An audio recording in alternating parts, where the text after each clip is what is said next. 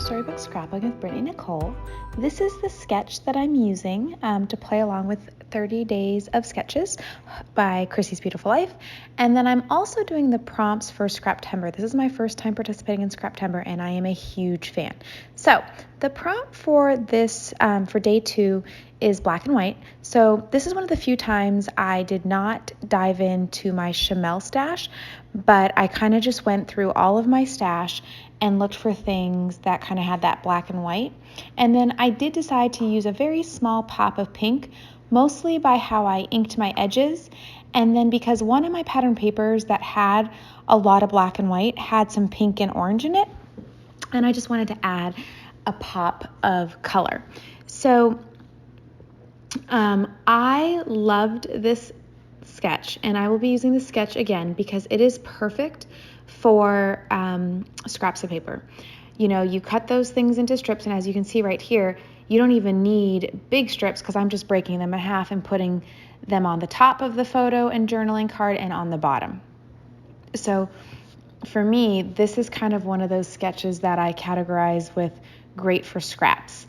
I also like, it was supposed to be, I think, 3 photos, and I decided to have 2 photos with a spot for journaling because I wanted to have a black background photo, or background, 12 by 12 background. I can speak, I promise.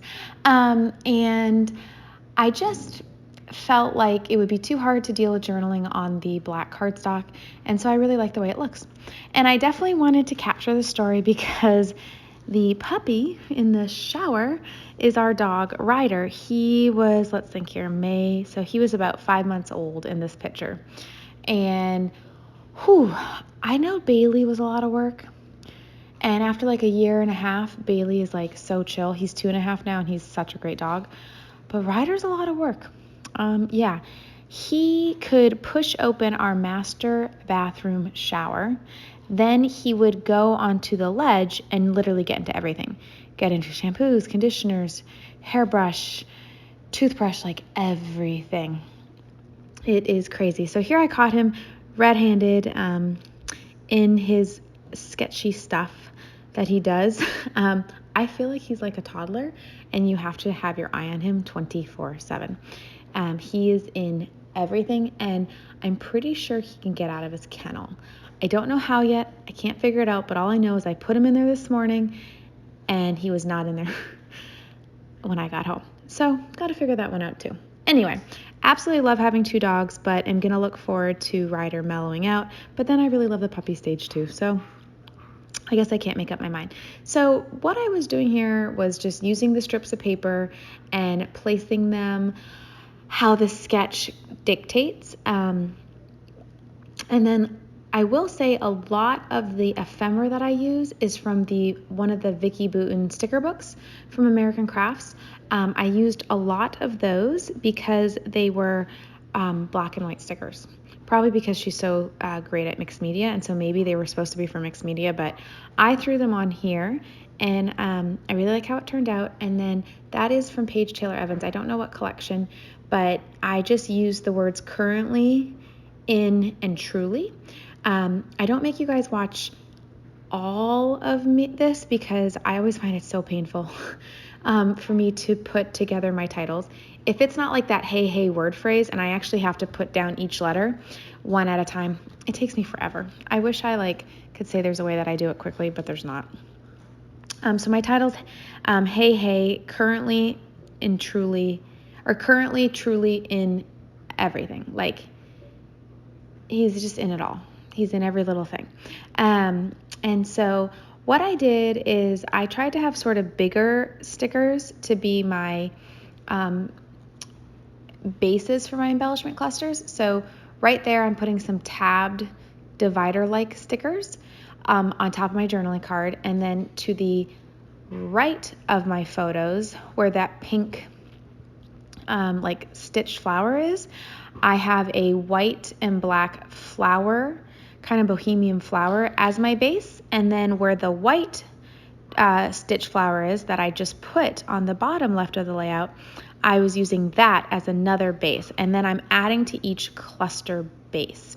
So the weakest cluster base, in my opinion, is the one above my journaling card, but I am going to add more to it. So because I have white, obviously in all of my clusters, I have the color black in all of my clusters, and then I only have a pink piece of embellishment to the right of the photos. However, I've inked the edges of just about everything in pink.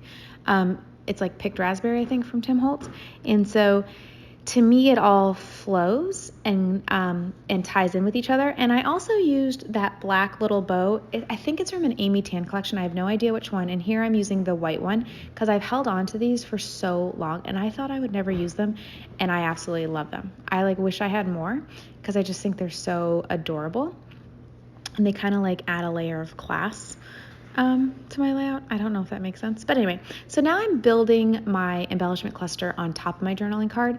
I'm adding several different divider like tab stickers, and then I'm gonna find a word phrase or two to put up there, because basically all I did was go through my stash and look for black and white embellishment pieces. That's the fun part when you're doing like a monochromatic or a color themed layout. It also gives you guidance when you're trying to use up your stash, because maybe you would never put these things together if you were just kind of doing like a quote unquote normal layout, but because you're stuck using, or not stuck, but because you're challenging yourself to use black and white, you kind of look at it with a different perspective, and when it all comes together, it actually looks pretty cool. I did add some cameras, partially because I think it adds to the story. I feel like I kind of have to be a ninja sometimes with my camera skills when I'm trying to catch Ryder doing his sketchy stuff. And then I finish off the layout with some white and black enamel dots. I wanted to use both. I tried to put the black enamel dots where I had the ephemera or the pattern paper and not directly onto the black cardstock. And then I tried to keep the white enamel dots on the black cardstock just to allow things to kind of pop a little bit more. I absolutely love how the white enamel dots look on the black cardstock. It's definitely like a fave of mine, and there you can see I'm putting the black enamel dots on the ephemera or the pattern paper that I used. And then I finish off with some Amy Tan kind of skinny heart stickers. I don't know what collection again they're from. I've had them for forever. And then every once in a while, I lift up my layouts to make sure everything's stuck and nothing's falling down. So here are some close-ups. Thank you guys so much for watching. I'd love to know if you enjoy using 12 by 12 black cardstock as a base for your layouts. Have a great day, and don't forget to use the links in the description box below to check out everybody else's take on this sketch and prompt. Bye.